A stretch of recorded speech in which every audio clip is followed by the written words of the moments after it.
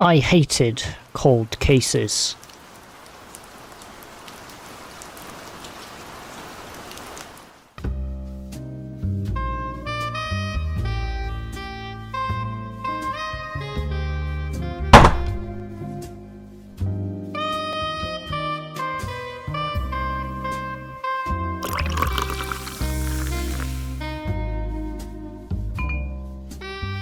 Let it go, detective. You're on thin ice as it is. And yet, for some godforsaken reason, you keep insisting on playing with fire. There are factors at play here you couldn't possibly hope to understand. That night, the Chief's words echoed around the hallways of my mind. Hallways with clippings adorning the walls. Hallways that would come to represent everything I'd lost, had chosen to lose, or had been told to let loose along the way. With the Chief retiring come spring, I knew there was an opportunity to lead this precinct into a new era, to save them from succumbing to the stagnation that sticking to the status quo risked. Not on my watch.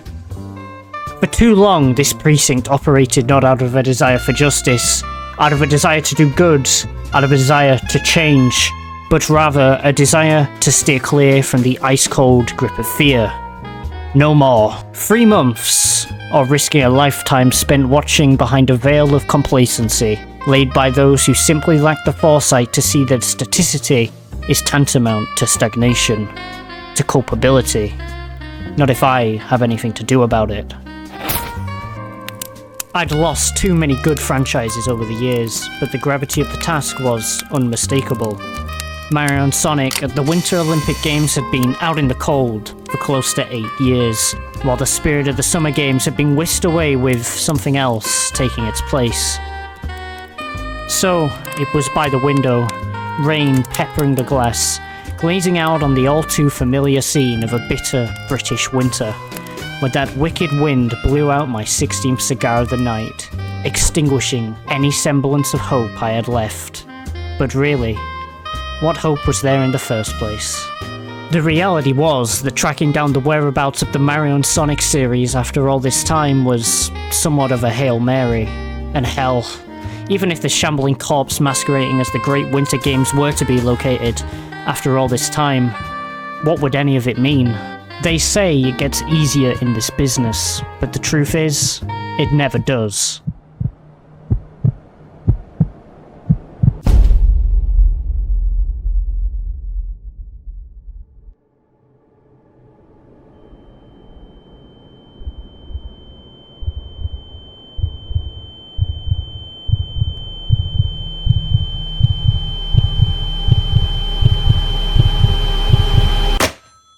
I was left with no other choice. It was at this moment, at my lowest point, fighting against an unforgiving riptide of desperation, that I made a decision I hoped I'd never need to make. One which would risk career suicide, one which, in retrospect, may indeed have been the wrong choice. I spun my finger along the dial of my once well-oiled rotary phone, my mind retracing that familiar pattern, and with it, memories whispering warnings, advice I should have indeed heeded. There was irresponsible, and then there was contacting a known SNES emulation enthusiast on the run. Mere mentions of his name could land you in hot water now, but a very long time ago, I used to call him my partner. They often say to find something lost you must look to the beginning, to understand how it all came to be. Only then can you unravel the intangibles, the unrelated strings entangling, obscuring, disguising the truth. But could I really bear to open up old wounds, especially wounds as deep as these? I guess that didn't matter.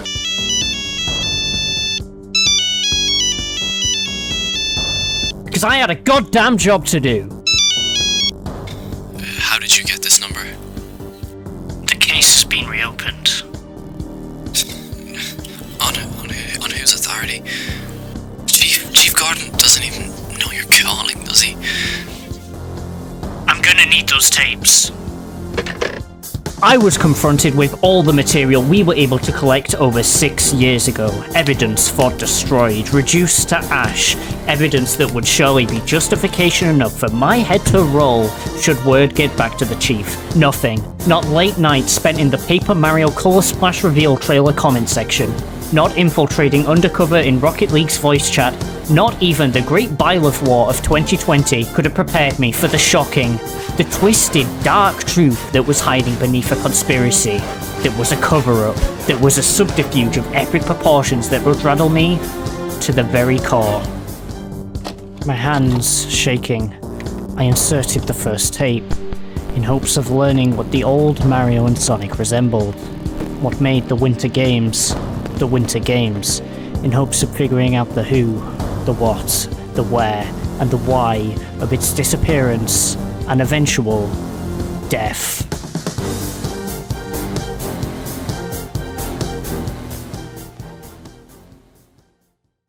Is this thing on?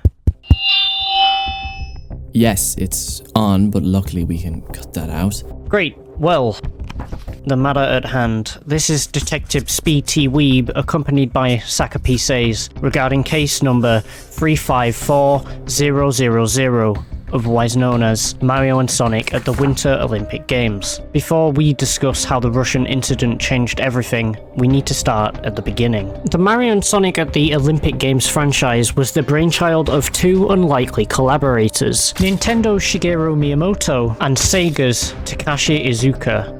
Miyamoto, of course, being the visionary for Mario, Donkey Kong, and Zelda, alongside a myriad of other Nintendo properties, while Iizuka has been influential in the Sonic sphere, being in charge of directing a plentiful amount of Sonic games from Sonic 3 onwards before eventually becoming the producer of the Sonic team.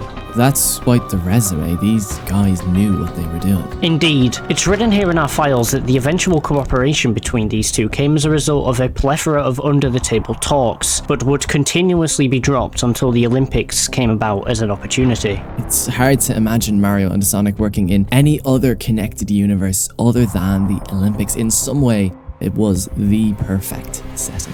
So, how did such a perfect setting get progressively worse as time went on? How did such a deal sour by the end?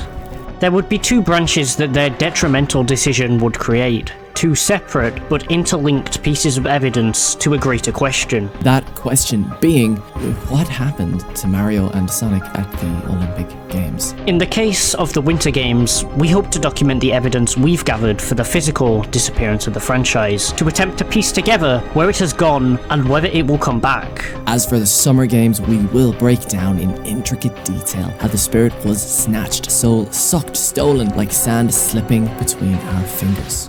Two cases, intrinsically connected, the former of which will be the topic of this collection of videotapes. The Winter Games. Before any mysterious disappearance, there are always breadcrumbs to follow. In our investigation, these were in the form of the first Summer Olympics for the series. Mario and Sonic at the Summer Olympics 2008 represented a platform. It wasn't exactly a product that could or should be held on a pedestal, but it is still nonetheless the structural foundation to the series as a whole. While admirable in its intent, its goals, to ignite the magic of sport and unity in such a way that no other franchise has, were never fully realised. Initially, it seemed that Mario and Sonic at the Olympic Games would come to be nothing more than a gimmick, something an individual may look back on as an unusual but charming crossover, like in the case of Mario and Final Fantasy, or Mario and the Rabbids franchise. Come to think of it, Nintendo were deceptively lax in regards to allowing other companies to use the Super Mario IP in crossovers and the like. That's true, but in this specific case, this was not a one-and-done agreement. Shortly after the Summer Games would release, a further deal would be struck between Nintendo and Sega. A year later, the first entry of 3 recorded appearances would be released on the 13th of October, the first of 2 outings to Vancouver, Canada. The Nintendo Wii. I remember the good old Wii days. No matter how much technology continues to evolve and change, I've never been able to recreate that feeling that comes with owning a Wii. The charms of the graphics of games gone by. This unique sense of nostalgia that's difficult to put into words, but if you own a Wii, you just know. It's hardly surprising the Wii was such a commercially successful console. It had the perfect formula for success. Marketed towards almost everyone, with its intuitive but easy controls, the Wii became a commodity within many households, even those who held less of an interest in the concept of gaming, while nonetheless still able to appeal to the sphere of gamers worldwide, riding off the success and hype of their previous consoles like the GameCube and Nintendo 64. Perhaps it is because of this reason that the Mario and Sonic Olympic titles on this console sold so well, selling approximately 23 million copies combined throughout the Wii's tenure. Although the trend of the copies sold going down with each installment initially seems to spell issues, this isn't exactly unexpected.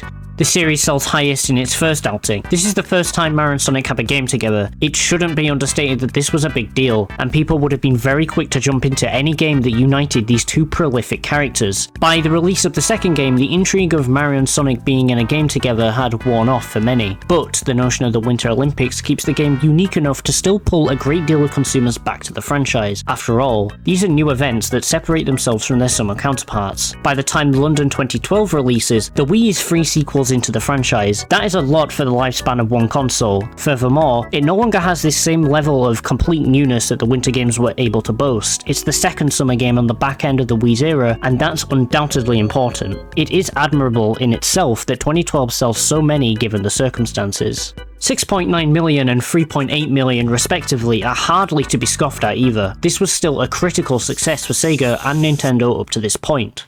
So, with these figures in mind, it's important to establish one thing about both Winter 2010 and Summer 2012. Sales figures are not indicative of the quality of the final product in all cases, because subjectively, Vancouver 2010 and London 2012 are the peaks of this franchise success from a quality perspective. Winter 2010 was for the most part directed by Iizuka, with small inputs from Eigo Kasahara, who would admittedly play a larger role on the handheld release of the game. Prominent Sonic game designer Shun Nakamura played the leading role of game designer on the project, assisted by Kenichi Kaji. It would be no exaggeration to say that his input was detrimental to the success of the Wii release. Production would be handled by Osamu Ohashi, who had previously worked on Sonic and Knuckles as well as Sonic 3 as an art designer. Somewhat surprisingly, Nintendo would play an uncharacteristically lax role in the development for the game, with almost all of the development side handled by Sega team itself, with Nintendo only really overseeing elements such as characterization and localization. Winter 2010 took the notion of atmosphere to a new level from its summer predecessor. From the opening, it becomes clear that the winter spirit has been fully realized. In the actual events themselves, there's been a considerable effort to make the backdrops of the courses stand out more, with the towering snow peaks making up a portion of the scenery, but a lot of subtle details like cable cars and helicopters passing over your head, or Olympic training tents and small cabins situated on the outskirts of each course venue.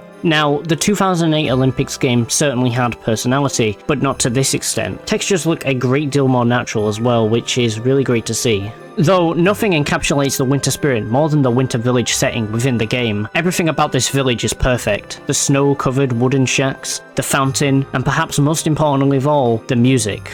The music in this section is iconic. Every time I listen to it, it gives me shivers down my spine. Yes, I know I'm aware I've yanked the carpet right from underneath you, but let's provide some context as to why this piece of music is so effortlessly nostalgic, so remarkably transcendent, so impressively well manipulative in a sense, to the extent that rather than a set of instruments, composers Jun Senoi and Tomoyo Otani strum on your heartstrings. A rapid fire round. Here's the first 2 seconds of every major piece of music composed for this particular game.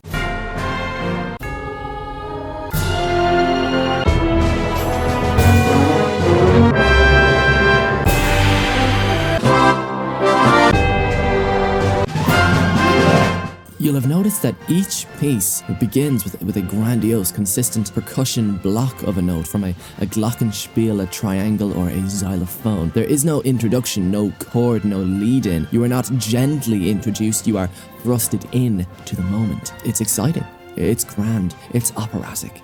And that reflects what the game itself is trying to convey. We are talking about the most enormous sporting event on planet Earth. Careers are made and broken on the Olympic battleground. It is a privilege to compete, a stage only the most prestigious of athletes can grace. This soundtrack conveys that. There is a swagger, a confidence to how knowingly grandiose it all is. A self-acknowledgement sung by an orchestra, a sound singing words ringing that yes, we are a big deal. What about it? In the opening scene, there is a moment 36 seconds in where the orchestra hit Mare Stride.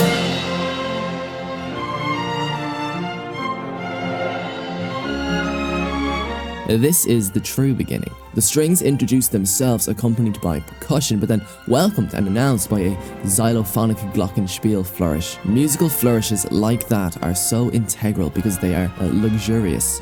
Entirely unnecessary on a musical level, they add very little, and yet because of how insignificant the addition is on a purely orchestral level, it hits that much harder on an emotional one. It feels like a special moment. It feels grand, it feels extra, it feels more. The chorus itself is simple, a series of glorified scales and arpeggios, but it is that set dressing, the percussion, the woodwind, the brass, and the ever-confident strings all coalescing into one grand whole that makes this cymbal piece so remarkable. Not simply because it is fun to listen to, but because it immediately conveys exactly what the Olympics are all about, while effortlessly injecting the swagger and whimsy ever present in both the Mario and Sonic series. However, if we move away from the theme and listen to the full performance of said theme in the introduction and skip to 1 minute and 3 seconds, you'll hear something that should sound familiar.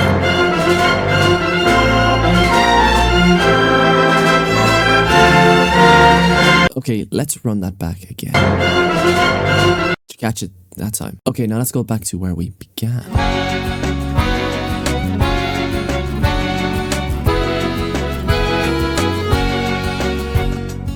Compare this theme to that brief 3-second riff seen in the full performance of the main theme.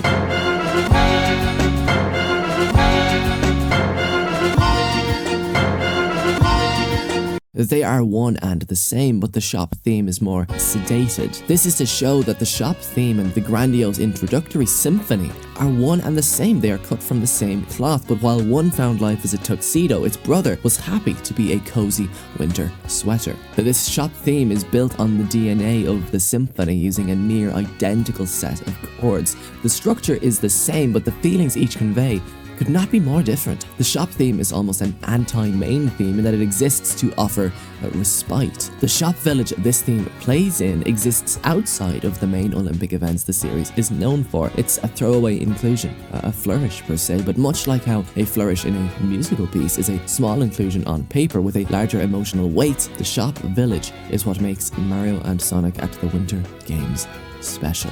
It is an oasis, a break room, a cozy place to go where nothing really matters except what outfit you think looks coolest on your own me avatar. It's nighttime, the people are happy, you can almost smell the wood fire burning, the coffee wafting out of a half-open window in the distance, and the music is entirely instrumental in this pun.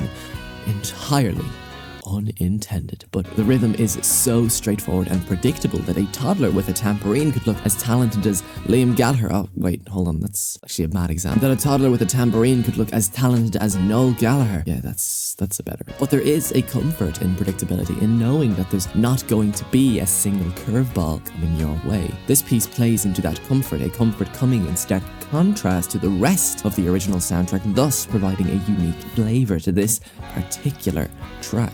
As far as instrument choice goes, this is spot on. This piece sounds almost like a French folk tune, one not out of place in the repertoire of a fellow with a beret on, putting his heart and soul on display for passers-by on the corner of a village in the Dordogne. The accordion is punctuated by a triangle, a percussive instrument you mightn't even hear on first listen, but it's there, marking the beginning of each new bar, providing that consistent 3-4 beat.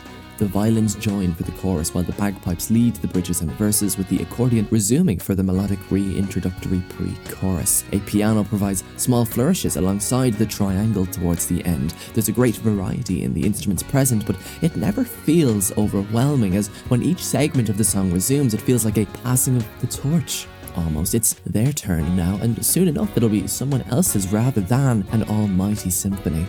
But once again, compare that to the other themes, where each time someone joins the fray, they don't leave, and by the end, we're listening to this booming, climactic symphonic orchestra giving it their all. This Shop Winter Village theme is smaller scale, and it is beautiful for it. It is special.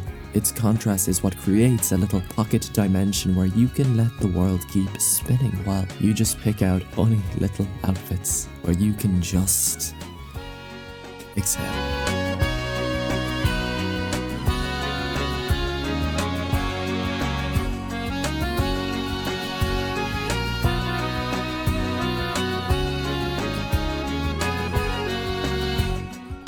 In total, Vancouver 2010 has 20 events, 9 of which being traditional Olympic events, and 11 of which being dream events, which are exaggerated versions of traditional Olympic events injected with a whole lot of Mario and Sonic inspiration. Essentially, it's the product of the question, what if the Olympics were Mario and Sonic? I'll expand on this later in the tape. Within these 20 events, there are also variations. For example, snowboarding itself is classed as one event, but it may also contain both snowboard cross racing and halfpipe, so in reality, there are quite a bit more than 20 events in practice. Similar to the gameplay of the 2008 Olympics, motion controls are here to stay, and while this isn't a bad thing, after all, it's one of the things that gives the Wii its odd charm, there are a couple strange decisions made here. See, Vancouver offers 2 possible control schemes. You can use a single Wii remote in a traditional motion control, or you can plug a nunchuck in. Ah, so you can use the joystick of the nunchuck to move instead of having to use motion controls, presumably, yeah? In a bizarre decision, the team decided to add the capability of allowing a device specifically made to support greater precision of movement and make it practically useless, as now not only do you have to rely on the motion gyroscope of the Wii controller, but also the nunchuck's accelerometer. In fact, the joystick of the nunchuck has absolutely zero use at all. It feels like they designed this for people who thought that the first control scheme wasn't irresponsive enough. Not only that, but the insistence of an all or nothing approach to motion controls creates some major accessibility issues for those unable to use them. It seems kind of silly to not provide an alternative to motion controls when they had one right in front of them. I'm not saying they should have removed motion controls entirely, as I do think they have their own place in this game, but in the lens of this day and age, the addition of a more linear control scheme as an optional possibility could have prevented this game's controls from feeling dated. It cannot be understated that motion controls were important for the series for providing its own unique flavor, per se. Rio 2016 proves that.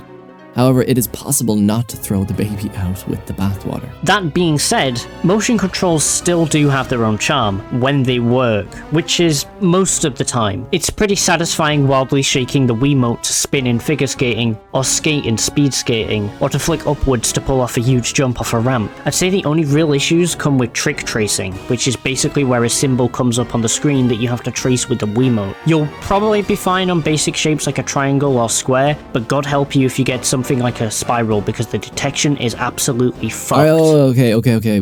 We can edit that out later, just careful, this is still an official investigation. Right, yeah, almost lost my composure there. Vancouver 2010 is also the first introduction of a story mode into the franchise, at least somewhat. It's not the most developed of story modes, it doesn't have a drastically different gameplay loop to it or anything, but it also doesn't particularly need one to be enjoyable because the story mode is the Olympic festival itself. You play through 17 days of the Olympic Games from the opening ceremony to the closing ceremony, to try and come out on top in the end. I would honestly recommend the festival mode to anyone, especially new players, because it teaches you the basic premise of each sport through training days, usually with their own special objectives, as well as being the quickest way to unlock all of the dream events overall. The festival mode is either single player or can be played in teams, though personally I would always recommend getting a group of 3 others and just playing through it all in one sitting. It really is a blast to play with friends. After training at a certain sport, you'll usually compete against AI teams participating themselves. It's important that you place high in these events not just for your own sense of accomplishment, but because medals contribute highly towards your standings and is one of the 3 ways to earn points overall, the second of which is through nailing all your objectives, and the third of which, well, every couple of days or so, a villain from the Mario and Sonic universe will challenge you or your team to an Olympic event, often with their own sport that they specialize in. Deep within me, there used to be this cosmic fear that would surface at that rival appears alert. These rivals aren't exactly as difficult as I remember them being, but they do act as a roadblock, restricting your progress in the festival until you can beat them. In total, there are about 8 rivals throughout the whole festival, and I have to admit, they do get considerably more difficult as time goes along, especially Dry Bones and Dry Bowser. Dream events play a heavy role in the festival mode, but they are equally important outside of this, and let me tell you, they are a huge step up from Beijing. Not only does Vancouver 2010 feature way more events than Beijing 2008, but they have much better stylization. Regarding the 4 dream events in 2008, while the concept is interesting and the events themselves are still really fun, there was something inherently missing. They make an effort to vaguely relate themselves to the Mario and Sonic universe, but it isn't enough to make it distinct. Dream Race, for example, while representative of Sand Hill from Sonic Adventure, is hardly a recognizable location and to many casual players does not scream Sonic, instead looking simply like a generic desert backdrop with Sonic enemies pasted in. Dream Fencing features the Piantas from Mario Sunshine dancing on top of the clams in the backdrop of the stage, but this just makes me question why. Is this really the best representation they could have gone for? They could have done so much more with this iconic location. They could have based it in Isle Delfino and really shown off the location, but it just feels like they settled for the bare minimum. Dream Platform, I'm genuinely unsure whether it actually has ties to Mario or Sonic other than the bricks themselves, but my best guess would be that you were plummeting towards the island in Sonic Adventure. Again, there's more interesting stuff that could have been done with these concepts. Don't even get me started on Dream Table Tennis, because the lack of theming for what is supposed to be a Dream event is quite frankly abysmal. The events may have been exaggerated, but the simple fact remains, this was Mario and Sonic in the Olympic Games. But when Vancouver came around, everything changed. Suddenly, Dream events had relevance to their extended universe, connecting iconic locations from both franchises while enhancing the exaggerated factor of the event it was based on. Speeding through radical highways, skiing through a snowy rendition of Seaside Zone, flying through Good Egg Galaxy. These events encompass the notion of the Olympics in Mario and Sonic. Every single event has a significant relevance to a Mario and Sonic franchise. Dream Speed Skating is set in Dr. Eggman's lair. Figure Skating, a whole-ass medley remix complete with action sequences. Ice Hockey takes place smack bam in the middle of Bowser's Castle and has a variety of power-ups and Mario enemies ransacking the stage. They clearly cared a lot about these events. There are a lot of little things on each Dream event that gives off this impression. I think the best example is all the secret routes and time skips in the Dream Snowboard event, where you can grind down the rail of that huge bridge, which is wholeheartedly one of my favourite segments in the game. I believe this new approach towards Dream events was Sega testing the waters. How would the public receive these dramatically changed Dream events? It's probably the reason the Dream events are not shown in any of the trailers or openings prior to London 2012. In 2008, they are largely and probably a last-minute addition, symbolised by the lack of theme. In 2010, they're a novel concept that Sega aren't sure what the reception would be. They leave it out of the trailers so as not to detract casual consumers. But by 2012, Dream events have took centre stage. This notion is particularly reinforced by the fact that it's the first trailer to actually show and fully display Dream events in all of their crazy nature. There is only one real Dream event that feels out of place in this collection, and that's Dream Gliding. For a start, I would never really associate the sport of gliding as a winter sport. Surely this would have been better saved for London 2012. It's an odd decision. It feels more like Sega were given a number of Dream events they had to ship the game with and created this to fill a gap.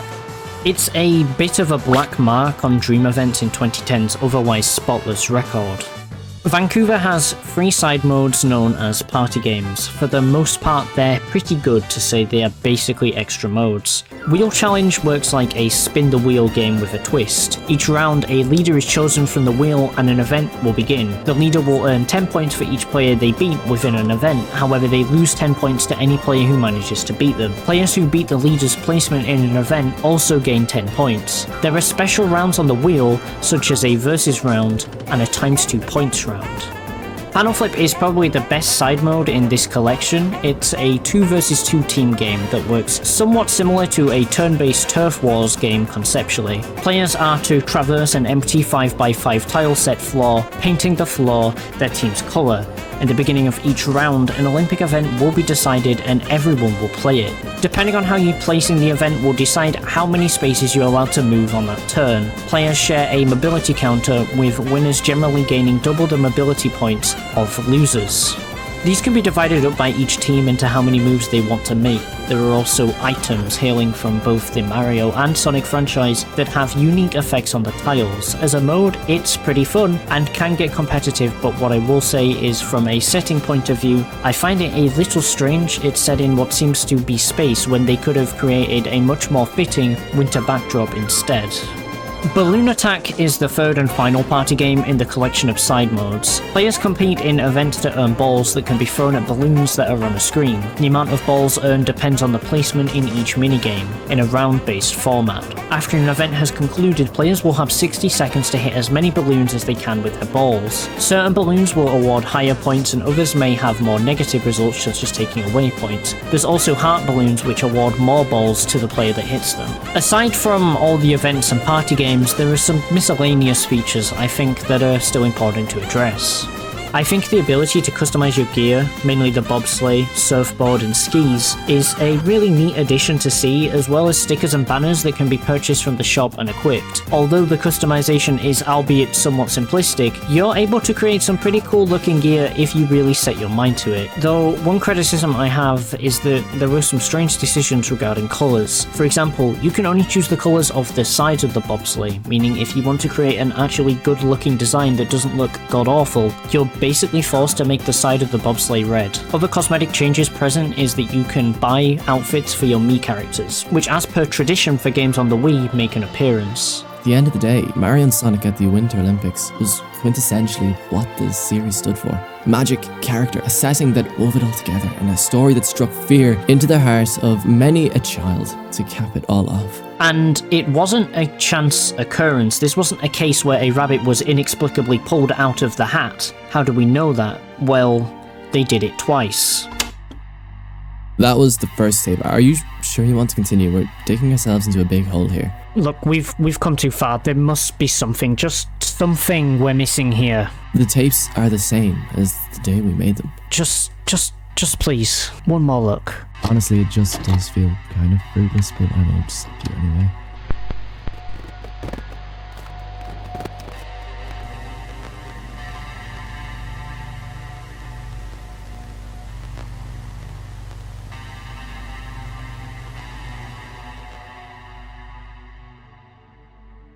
Where were we? Oh, yeah.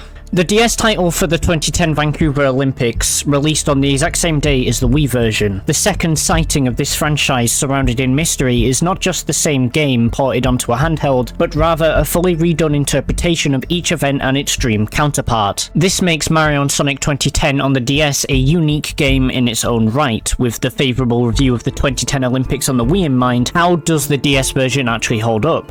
We'll get to that, but first, we need to once again look at the development, to allow us to understand, at least in part, any differences between the two games, both stylistically and from the perspective of quality. It should be noted that while still developed for the most part by the Sega team, with Nintendo continuing to only oversee localization and characterization, Vancouver on the DS had a largely different team from its counterpart on the Wii, though this is expected as two games releasing at the same time would ultimately require two different teams working simultaneously. Familiar faces remained, such as Eigo Kasahara, who was the main game director on Winter 2010.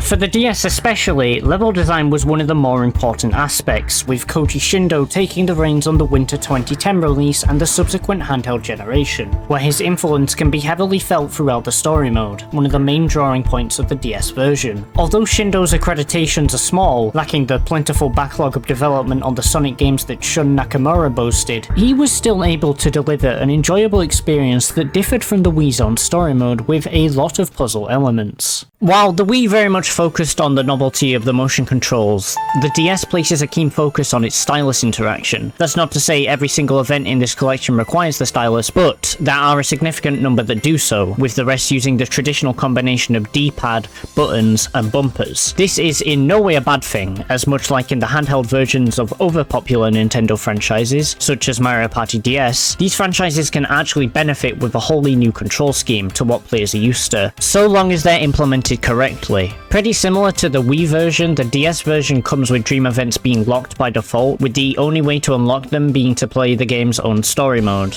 I'm going to make the bold claim that the DS version has the best story mode out of the whole Winter franchise. It's not a particularly hard statement to make, but it's still essentially the best feature of the DS version itself. So what's the plot, and how does it play? In a brief summary, Bowser and Eggman want to host their own version of the Olympic Games, so they do the only logical thing they can think of and steal the snow spirits that inhabit inhabit Canada in order to force them to snow for their own nefarious deeds. As a result, the normal Olympic Games threatens to be cancelled due to a lack of snow. Although Bowser and Eggman are successful in their plan to melt the snow at the Olympic Village, one of the snow spirits escapes. Therefore, it's up to Mario and Sonic to help this snow spirit to rescue his friends and save the Olympic Games. We start off in Frost Town, where we learn that completing missions awards us with ice gems that are needed to remove ice barriers that are blocking our way. This is essentially the main gameplay loop, travelling to different towns, completing missions in the form of Olympic events, and then gaining enough ice gems to remove each barrier in your way. But obviously there is a bit more to it than just that. Certain missions are classed as special character recruitment events, where on completion, not only will the character you completed the mission from award you with an ice gem, but they may also join your party.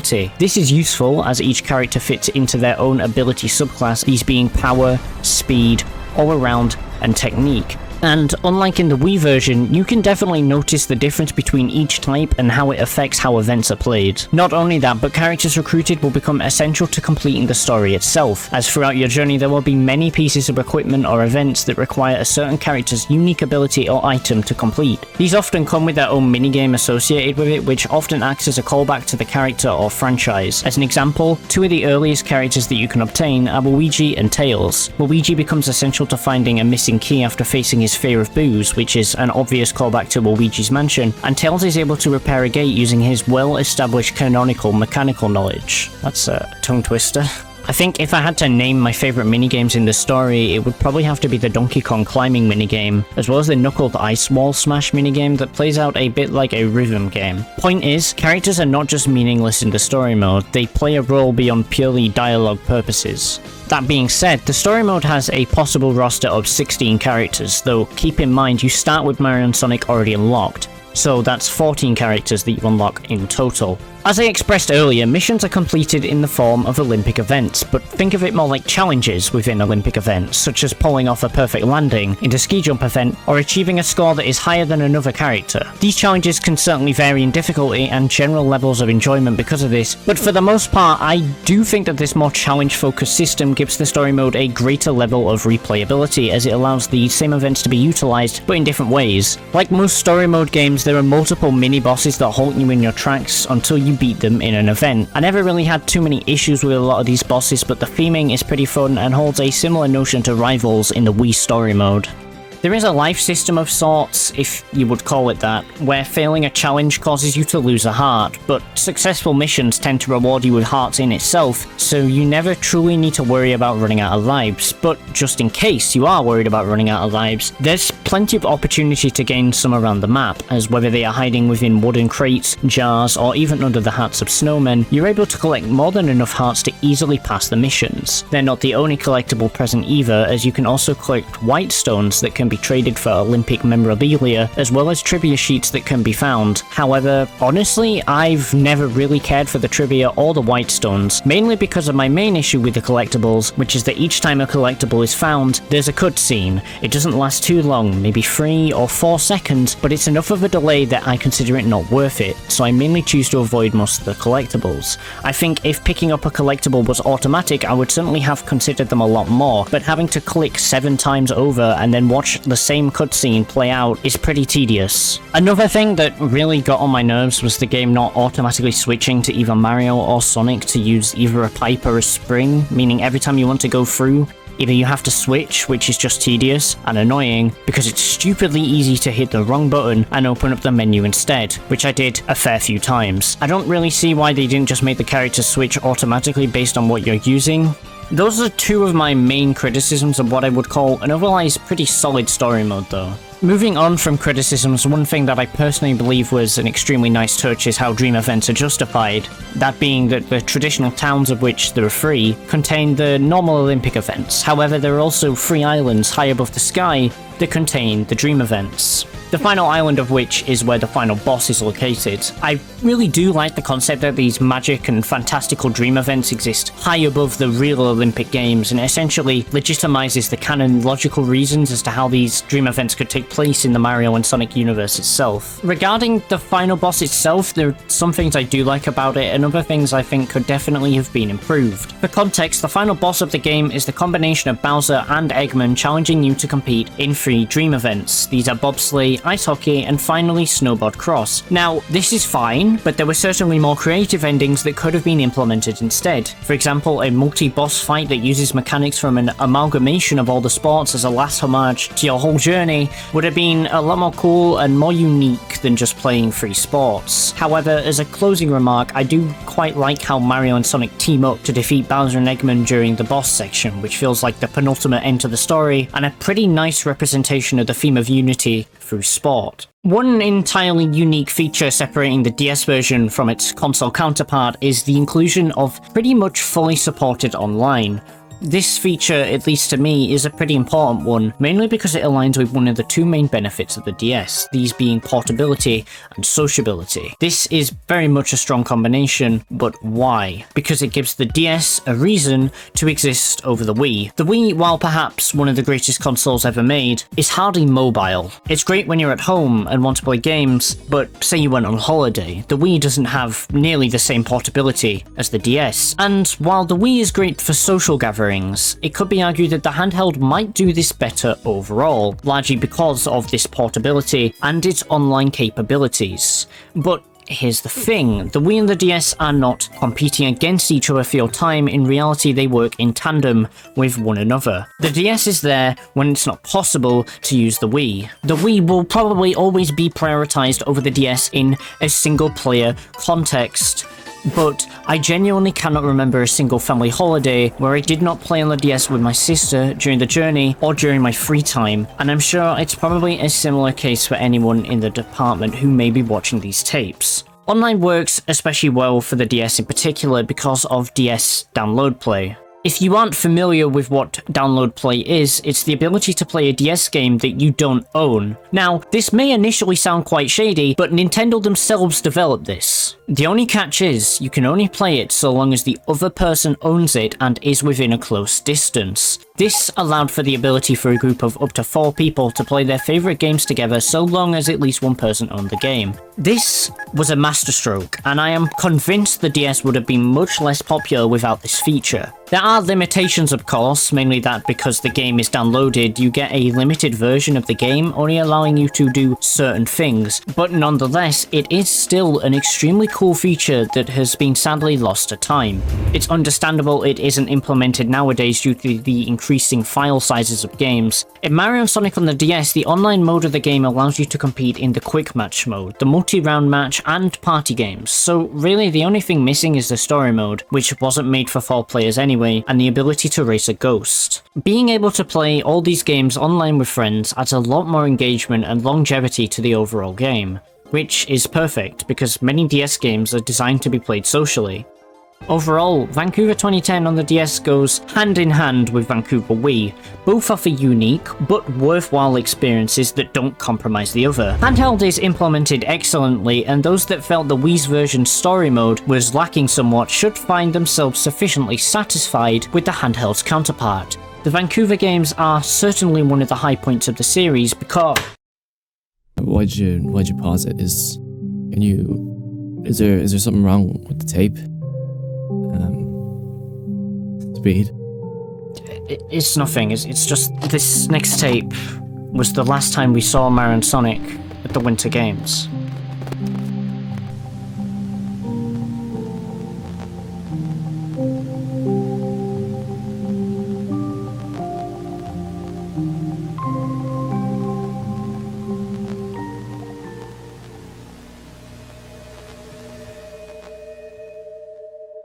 So, we've arrived in Sochi, where this whole investigation goes cold. The Russia incident. A couple tapes ago, we discussed the Wii being a critically acclaimed and successful console, and whether this influenced sales figures for the game. In contrast to the Wii U was far from successful. While marketed with many of the same demographic in mind, the Wii U struggled to garner even a fraction of the sales the Wii achieved. This is reflected in Mario and Sonic at the 2014 Sochi Games' own sales figures. Correct. The game sold less than 1 million worldwide. While that sounds like a large number, for gaming giants like Sega and Nintendo, that's pretty abysmal. Not a great start, but how is the game itself? If I'm being completely honest, I actually don't believe it has any redeeming qualities. Well, I'm not sure if I would go that far, but it's certainly lacking in innovation and has a controversial reputation within the franchise itself. Controversial is right. Critics were less than impressed with this game, disregarding the reviews that are not downright negative. Sochi 2014, to my mind, struggles to surpass the lowest of low bars. I think there are some core reasons to explain why this game was both a commercial and a critical failure. The first of which is obvious, being the fourth console release of a formula that has remained relatively stagnant. The innovation of the first summer and winter games is no longer enough to tide the game over, as this is no longer a novel concept. So the second entry to the console winter franchise really needs to be hitting the ground running with some rapidly improved features. In 2012, there is a clear jump up from 2008 in almost every aspect. Events, both Dream and traditional, UI and extra modes all see a significant expansion in summer 2012. However, the same cannot be said for winter 2014. In fact, it could be argued that specific areas are actually a downgrade. But let's start with what's good about this game. Yeah, I don't imagine that'll take very long. Perhaps, but one thing that can certainly be said is an upgrade is the graphics. In many aspects, this game looks a whole lot slicker than its predecessors. This makes sense, of course, because the Wii U has a higher definition than that of the Wii, but a lot of these character models genuinely look impressive in high quality. The UI also is pretty nice, and it has some good looking animated segments, particularly when you go to choose a character, as well as many of the loading screens. Not only that, but ironically for the worst winter game in the franchise, the characterization might be one of its best. Sochi features unique animations based on the teams that end up winning in the events, with various references to character relationships in their respective franchises, which does genuinely breathe a lot of life into the characters themselves. It's possible, due to this game being the first published by Nintendo as opposed to Sega, that characterization saw a slightly higher level of work put in than previous years. I also happen to quite like some of these events. There are some memorably good ones that generally tend to be dream events that I enjoyed in particular. Some notable ones that immediately come to mind are the Bullet Bill sled race, as I thought the concept was pretty unique and is a new addition for the winter series as a whole. Dream figure skating is positively extended, taking the original notion of this mega mashup of Sonic or Mario and really giving it their all in their presentation. Groove Pipe Snowboard is really nicely designed. I especially appreciate all of the different routes you can take, as well as the general environment. It makes me feel like I'm driving in a game almost inspired by what Mario Kart Double Dash would look like if it was played in winter. Perhaps the coolest event is the Winter Sports Championship race, which acts as a form of Giga Track race, that each section gives you the possibility of being given one of 4 sets of winter equipment. These are skis, bobsleigh, snowboard and skates. Each piece of gear has their own unique route to follow, and it's genuinely enjoyable as well as challenging. It's an event like this that I feel that the DS story mode could really have benefited for as its final event. The thing I would like to praise in this game is online, but I can't really do that. Online sounds great in concept. It looks great at the back of the box. First Mario and Sonic console game to have online support. That sounds great, right? The issue is that the online mode is super restricted. You can only play one of 4 possible events, and they are all races. This means that regardless of how fun the races are, the online will get stale extremely quickly. One positive thing that I would say is that you can at least play with your friends. I think what truly makes this game divisive, however, is the rather baffling decisions regarding the control scheme for the game. See, while the Nintendo Wii's gimmick was that of motion controls, the Wii U's was that of the gamepad. This means that almost every game had to in some way make use of the gamepad on this console. Some franchises were able to implement this much better than others. Sochi not being one of these, right? Correct. Sochi's implementation is just downright annoying at best and genuinely frustrating at worst. Sochi forces you to use the Wii U gamepad for certain sports. This means you're switching between the Wii controller and gamepad a whole bunch. Worse still is that they tried to implement motion control capabilities into the gamepad sports. This wouldn't necessarily be an issue if the the gamepad was not extremely unresponsive. This shouldn't really be the case, since the Wii U should have better motion controls, boasting a 9-axis motion recognition compared to the previous 6-axis of the Wiimotes, but this thing just doesn't want to respond to movement sometimes. Another increasingly frustrating decision is that the game forces player 1 to use the gamepad when playing multiplayer. While the other players use the Wii remotes like normal, this clearly shows that the gamepad-only events can easily be played with the Wiimote. It just isn't offered as an option. If you're playing solo, you are forced to use this thing whether you want to or not. And that's if you have a Wii Motion Plus. Because much like games like Wii Sports, you're basically locked out of playing any of the events unless you connect a Motion Plus to each Wiimote. So good luck if you're playing with 3 other people and don't have enough Wii Motion Plus accessories. I understand why they need to be there to improve the quality of the motion controls, but at least add an option to use it without. A slightly worse performing game is better than not being able to play the game at all in this case. You said you liked a select few events. What are the rest like? Well, they're mostly fine. There are some I definitely do not like, such as the Dream Curling event that just feels far too slow to be anywhere near enjoyable, and always uses the same 2 courses. Snowboarding feels less fun than events like skiing now because of the fact you're forced to use the gamepad for snowboard events, but not ski ones, which again is a strange decision. Biathlon has a neat concept that is utterly ruined by the fact you're forced to switch between the Wii U gamepad and Wii remotes continuously throughout the event. This is just finicky and makes me less inclined to want to play this event, which is a shame because I think the core gameplay notion is fun and it would be an otherwise new sport in the winter category if we exclude the handhelds. It should be noted that Sochi only includes 16 winter events and 9 dream events, compared to Vancouver, which offered the same amount of winter events but an additional 2 dream events, although one of them isn't very good, admittedly. This isn't a huge disparity, but you would expect the team to have added a couple more innovative dream events for new events in the franchise, like a dream biathlon or skating event. The closest thing in Sochi to a story mode is the Legends Showdown. Like Festival mode in 2010, it essentially acts as a mode that gradually goes through every event the game has to offer, except this time there's no way to play as a team, because Legends Showdown is single player only. This could be seen as either a good thing or a bad thing, depending on whether you enjoy solo experiences more than multiplayer ones, but at least in Vancouver's case, it offered both the chance to play solo or multiplayer, whereas Sochi completely limits you to just solo. That being said, it's okay. I mean, it's not a story mode really, but it's pretty challenging, and I would say it's the most fun part of Sochi 2014 overall. Basically, you compete as 5 teams, each representing a different area. In the events, you compete against these ghost-like versions of yourself, and you have to beat them to progress to the next part of that specific area. There's generally 5 events in each area, and you have the choice of picking one of the 4 characters you've given per area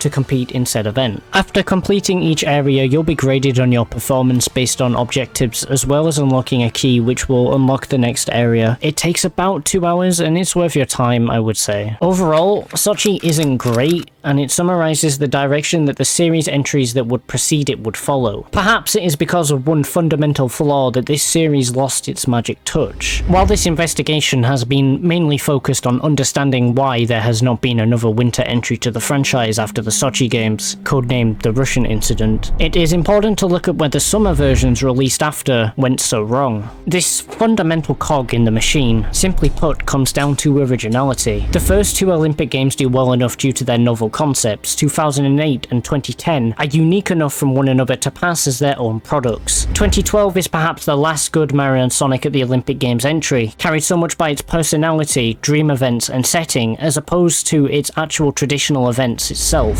Sochi is far less capable when it comes to this. It lacks originality. When the concept of characterization and creativity begins to go missing in this franchise, that spells serious trouble. The team cannot simply rely on making the same events with slightly different controls no more. It's old, and it's tired. This series could be saved, but it won't be. Sonic Team are burnt out, lack the imagination to put out anything more than the bare minimum. Ultimately, I'm sad to say that I must close this investigation, effective immediately. The search for the Winter Games leaves us at a dead end. The 2018 Winter Olympics has passed us by, with seemingly no sight of Mario or Sonic. I expect much to be the same come 22 and the years beyond. The case is dead. The Winter Branch is dead, and the Summer Branch has been creatively murdered by a lack of ingenuity. This is Detective SpeedTheWeeb and Detective SakkaSays. closing off the case. Oh, come on, what the hell? Well, these are old tapes. I mean, yeah, I get that all. We toiled for days, months, who knows how long, because when caught up in a hopeless slipstream against an answer that is just barely in reach, it's easy to lose hope. While every detective likes to play the role of a never-say-die cop, the kind they saw in the movies, we are, after all, human. And so we took our foot off the accelerator and slowly began to accept what we already knew. It was pointless, and like men of a certain age are prone to do, we unwinded in a way only we knew how. But then we noticed something that some way, somehow slipped through line of sight way back then.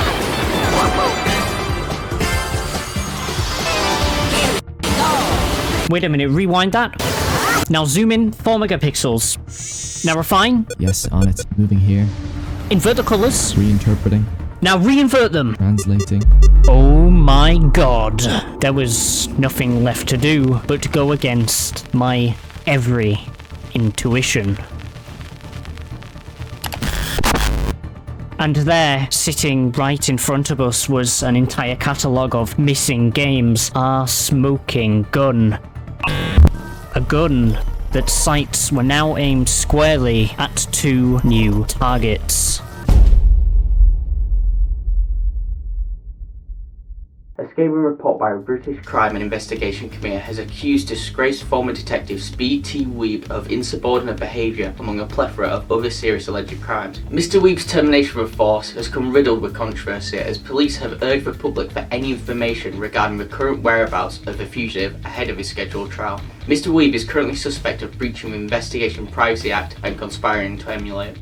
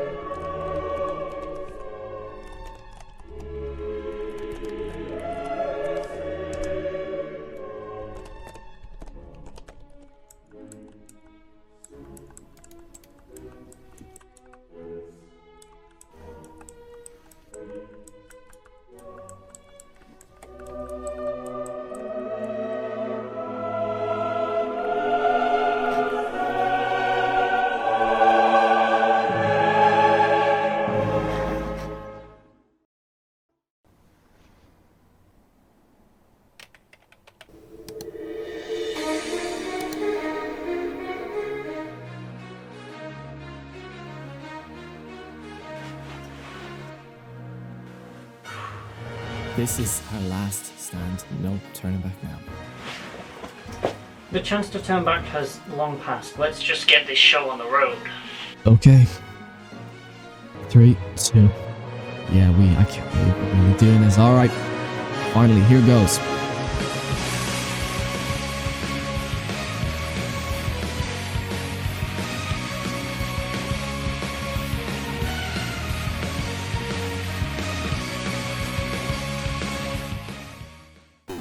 You know who I am. You've seen my face plastered across your neighbourhoods, in your newspapers, and through your screens. But you know nothing. You know nothing about the why. You know nothing about the what. You know nothing but what they want you to know. But I'm here to tell you about what you need to know. And to any authorities watching, to those who might wish to censor us, Our IP scrambles every 30 seconds, every time we cut between each other, the other person changes their location. Recognise this? 9 years ago, Mario and Sonic at the Winter Olympic Games disappeared off the face of the Earth. Yet, as strange as it was that this disappearance was forgotten, stranger still is that it's not the first time that it has been lost.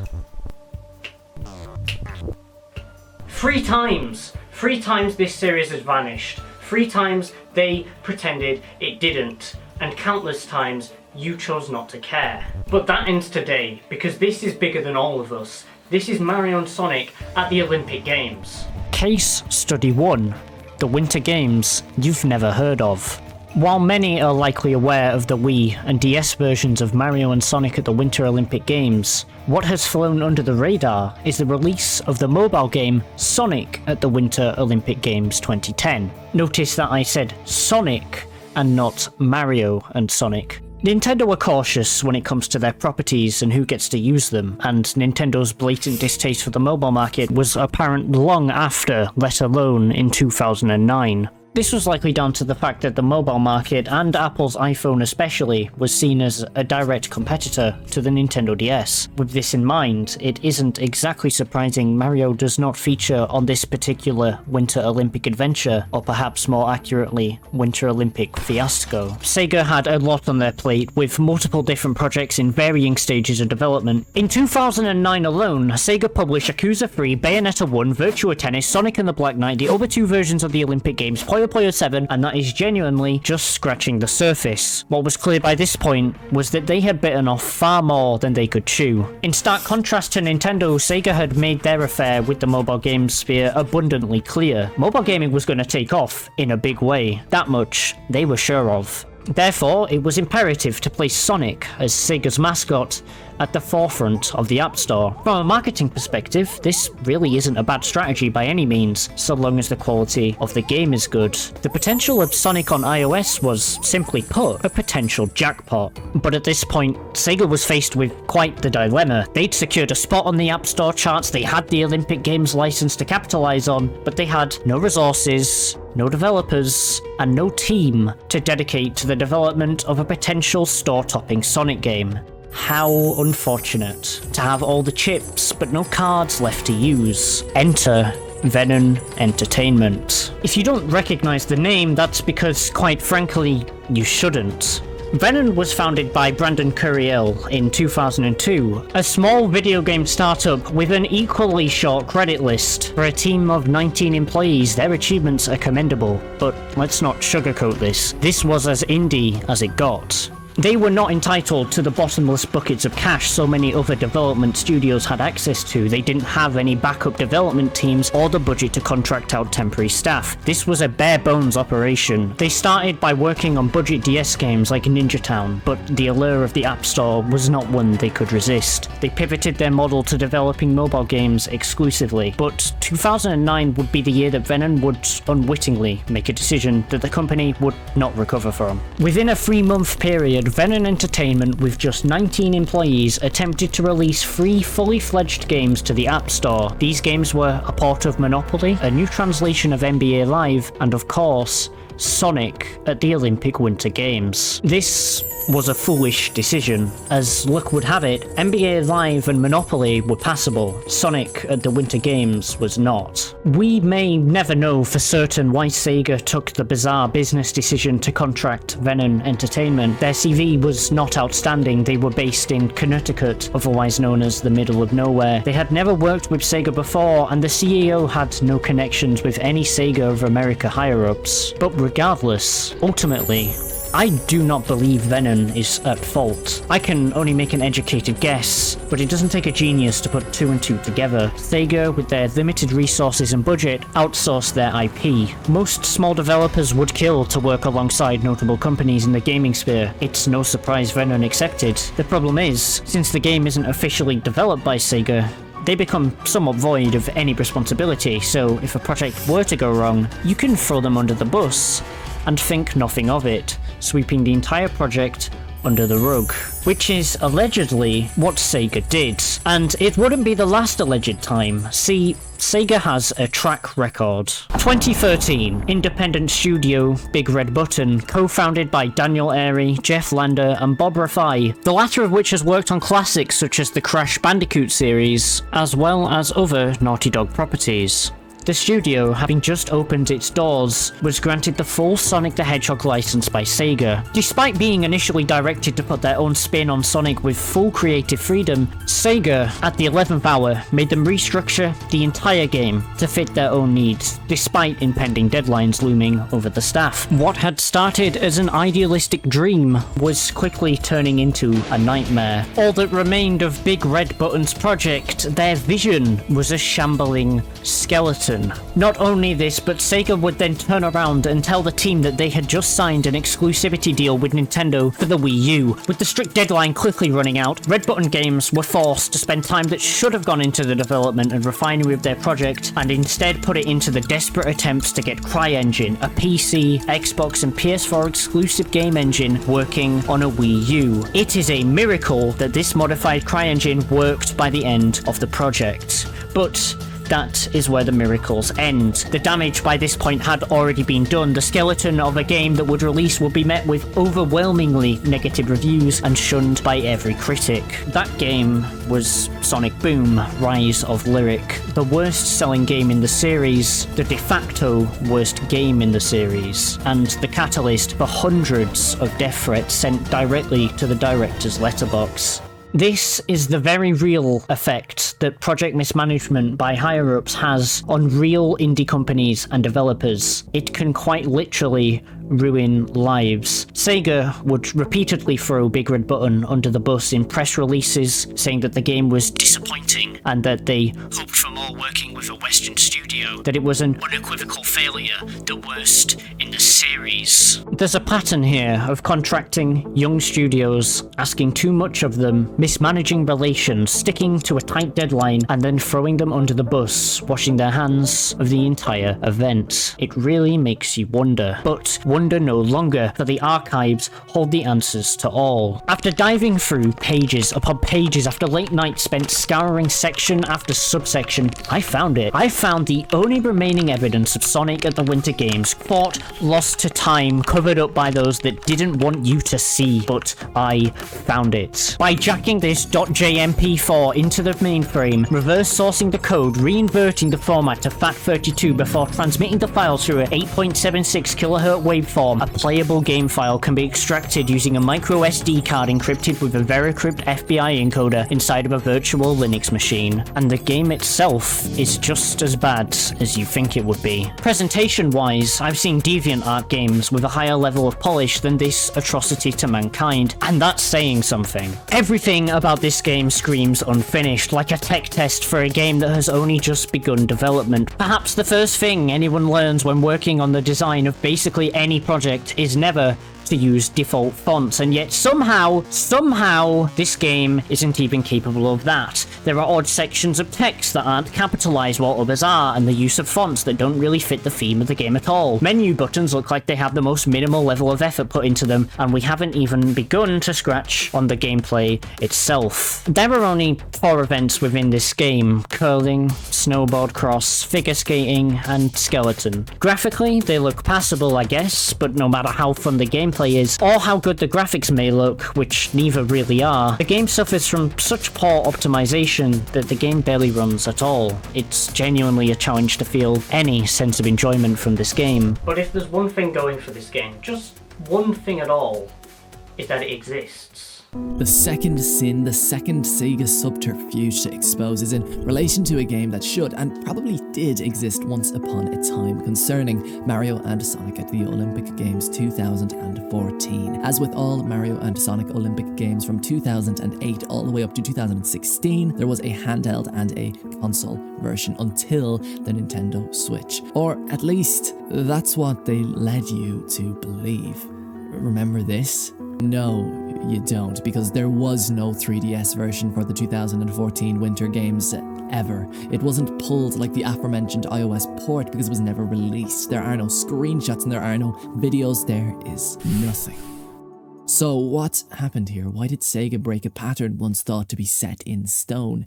It is baffling, to say the least. I believe, however, that it did once exist, and soon, I imagine, you will too. Blatantly, it was a rushed project made to capitalize on Olympic hype and brand recognition. If anything, it was a graphical showcase for the Wii U, in the vein of the kind of Unreal demos that come free with new releases of Unreal Engine, except this one was sold for $60 or European euros. Sochi 2014 is not an auteur's artistic vision that would have been compromised should they have allocated a B team to a 3DS version. This was already compromised. But why? Logically, this should have been the best in the series. In 2011, Sonic Team released Sonic Generations. Generations now is magnificent, but it's undeniable that it reuses an engine, a playstyle, and various assets while lasting about 2 or 3 hours at a push. This is not to say the development cycle was straightforward or easy. No development cycle is. But if Colors could release in 2010 and Generations could release in 2011, one has to come to the conclusion that the development cycles were more straightforward than they usually would be. Once Generations was complete in 2011, Sonic Team would release basically nothing in 2012. Now, for any other studio, this would be fine, this would be normal, this would be regular. But this is not any other studio, or any other team for that matter.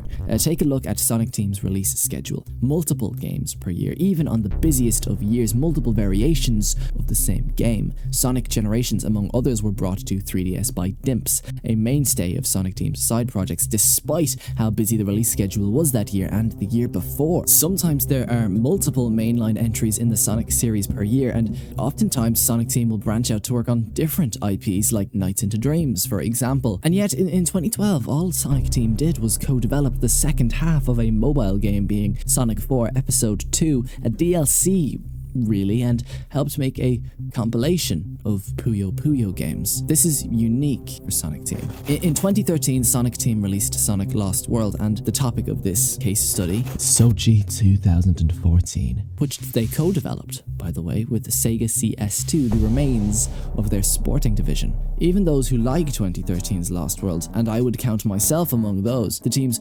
quote-unquote main focus of that year, will tell you the game it's not substantial. It is short. It suffers from padding, and seemingly skipped the part where they did QA testing. Sonic Team had the manpower, but they chose not to invest it into Sochi 2014's Wii U version, let alone a 3DS version. This is strange. Sega in the past have never been one to shy away from licensing out projects to independent contract studios like Venan, Marvelous AQL, Success, Alpha Dream, or Ukes even. Apart from them, Sega's sporting division CS2 were full of experienced staff. Dimps were perhaps the most adept studio at translating console games to handheld on the market, and Sega had them on speed dial. So why does the Wii U version feel like an afterthought? Why was the 3DS version killed before it could even become a thought at all?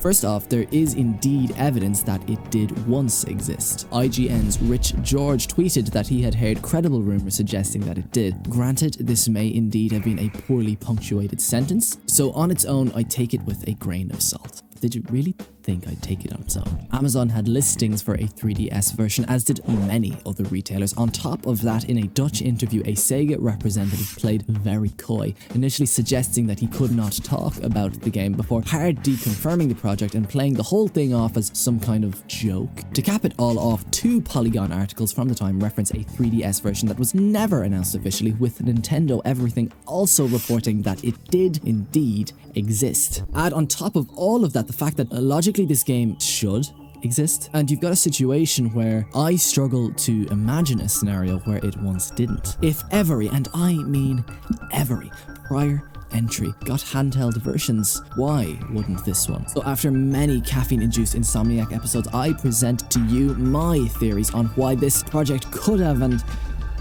you know what, I've made my goddamn case at this point. Let's drop all pretense for just a moment. Absolutely did get unfairly binned. Sashi uses the touchscreen of the Wii U gamepad significantly. This suggests two things to me. Either Sonic Team decided that the 3DS would lack a unique flavour, seeing as the Wii U utilised its main gimmick and binned it off, or more likely in my mind, the ideas from the 3DS version were awkwardly slapped onto the Wii U variant. Think about it. The implementation of gamepad controls, touch screen controls, motion controls, and the incessant swapping between all three just feels slapped together. And on that note, the touchscreen was not the 3DS's main gimmick. Stereoscopic 3D was. And Rio 2016's simultaneous release on Wii U and 3DS disproves the idea that Sonic Team arbitrarily decided that two simultaneous games could not coexist, which would suggest that the team had clearly thought out events for both and decided neither would need to overlap, seeing as two teams worked on both versions of the game. The excuse of one version not being unique does not hold water here. Coming in second in the list of relevant theories is the sales theory. Olympic Games 2008 sold 13 million units with 5 million on DS. It was a bona fide success. Vancouver 2010 sold worse, substantially so, but not exactly unpredictably. Winter 2010 sold 7 million, a little over half as much as its prior summer-themed entry. This can be explained away by the fact that it was the second entry in the crossover series on the exact same hardware. Slightly worrying, but nothing more. Crucially, the game sold 3.5 million units on DS. Next, London 2012 would hit Wii and 3DS, selling a combined 3.85 million, with the 3DS making up 1.19 million worth of those sales. Now, that is certainly a downwards trajectory in overall sales, but it is natural. Mario and Sonic's Olympic video games got 3 entries on Wii, 2 of which shared a theme. The fact that they came out in such close proximity no doubt contributed to the fact that audiences were growing fatigued. However, what is very interesting is that while the sales went down overall, the proportion of handheld to console sales slowly increased. In 2008, 38% of the overall sales were on DS. In 2010, that number became 48%. In 2012, that number crawled up to 50%. Perhaps at this point, Sega were growing tired of investing so much into a series that was slowly declining in sales, and perhaps they were right to be. The series was mishandled, and that's an understatement, but what followed makes no goddamn sense at all. The handheld entries were slowly growing to outperform the console counterparts, so why would you put the handheld entry? The console game versions were underperforming, the handheld versions were not. But what kind of logic was this? Perhaps Sega saw the Olympic series as a whole as a lost cause and chose not to invest heavily in a spin-off Winter series. Maybe this was justified, maybe this was some kind of funeral procession. Sega tried to cut costs, but instead chose to limit profits. My third and final theory as to why Sachi 3DS was put out of its misery is that, well, out of the 7 game designers on Winter 2010, 5 retired or moved on from the series never to return, and the other 2 replaced Shun Nakamura as lead game designers. Nakamura was crucial as lead designer as he had experience with story-driven character-based action games. Likewise, Takashi Iizuka, director of 2010, worked exclusively as an action game director. The partnership between Nakamura and Iizuka is what drove Vancouver 2010 to such high highs. Quite frankly, the team behind Sachi 2014 lacked experience. There were very few people left from the dream team that made 2010, and it is quite possible that development was stunted because of this. In the end, likely due to the strict deadline, the final project suffered. It is not often that someone will ace something on their first try, but a guarantee that they will not is if you stick them on a deadline. Without a visionary, there can be no vision. The team likely lacked direction, and as such, a 3DS entry was unfeasible. While much of what I have presented in regards to theorization is of course conjecture, I know that nothing I've said is entirely implausible. Logically, this game surely once existed, if just in a boardroom, even without taking the evidence into consideration. Sachi 3DS was a game that could have existed, perhaps should have existed, even if it eliminated the Wii U edition. It never did exist, but that was a choice made by Sega. But in a strange turn of events, the next examples we will present of games going missing never could exist outside of Sega's control. Hell, outside of anyone's control. Perhaps the final revelation of this rabbit hole is the reason that there never came to be a Mario and Sonic at the Winter Olympic Games. In 2018, and 2022. The first of which is relatively simple. Sega never had the license in the first place. So, who did the license go to instead? Well, after some digging, it would appear that Ubisoft acquired the license, but Ubisoft didn't bring out an Olympic game in 2018, did they? A game in itself, no, but instead a DLC for a game. This game being Ubisoft's snowboard simulator, Steep. Maybe some of you avid Steep fans remember when the Steep Road to Olympics was released. This likely would not have happened had Sega gotten the license instead. So, why can't Sega just make Mario and Sonic at the Olympic Games regardless? Well, that comes down to the concept of copyright. I'll keep it brief, but copyright essentially protects an intellectual concept from being copied without permission from the owner. Copyright in the modern age is an extremely murky topic, but one thing is clear. If Sega were to attempt to make any media involving the Olympic Games within reason, they would be infringing copyright law. In a much similar case, there was no 2022 Olympic Games because, once again, Sega did not receive the rights to the Olympic Games. Otherwise, the game would have come out late 2021. So, who was granted such prestigious rights? And Wayplay, that's who. I'd never heard of them before this, but it seems that they developed a mobile game called the Olympic Games Jam. The game clearly lacks anywhere near the level of imagination as the early Mario and Sonic franchise, but what is perhaps much more reprehensible is that Wayplay also developed NFTs, specifically officially licensed Olympic NFTs. I wish I was joking. The Olympics has always been met with many controversies regarding its environmental effects, and they are certainly not doing themselves any favours associating with NFTs. Not only that, but the Olympic Jam game itself is a play-to-earn game that rewards players with their cryptocurrency coin GVTG, a coin that at the time of writing has had its value completely crash. But aside from all of that, one important question remains. Did Sega reject the license? Is it possible that Sega was simply fed up with making the Mario and Sonic series and simply chose not to? Is this perhaps the reason that the deal went sour? It is more likely than you would think. So that begs the question that all of this has been leading up to. Will Mario and Sonic at the Olympic Winter Games return? Well, I can finally answer that question. And the truth is... What's going on? What the fuck is that? Hold on, stop, what's going on? They're too early! Speed, stop. They're here, but it's too early. It's too early. Skip section 2A, uploaded within the second video document. We are Code Valkyrie. I repeat, Code Valkyrie. Serious, man. The right to remain silent. Anything you say can and will be used against you in a court of law. Where is Sakka? I'm not preaching a word to you. You understand why arrest means nothing, right? Maybe others, but the truth is case. This isn't the end, this is only the beginning. They can still hear me, they will know, and then they will see. I'll never tell you where. We knew the risks. We knew the price for justice was not one paid in cash, but sometimes to let a story stay untold, to watch as the powers that be sweep their sins under the rug, all the while presenting themselves virtuously, would be a crime unto itself. You deserved to know, and now you do. What you do next is entirely up to you, but I would caution you to tread softly. This isn't over, and it may not be for a long time. As we speak, the police are frantically trying to track down the server where everything is hosted, from the tapes to every last source, screenshot every last document. And to those men behind those curtains, I wish you luck.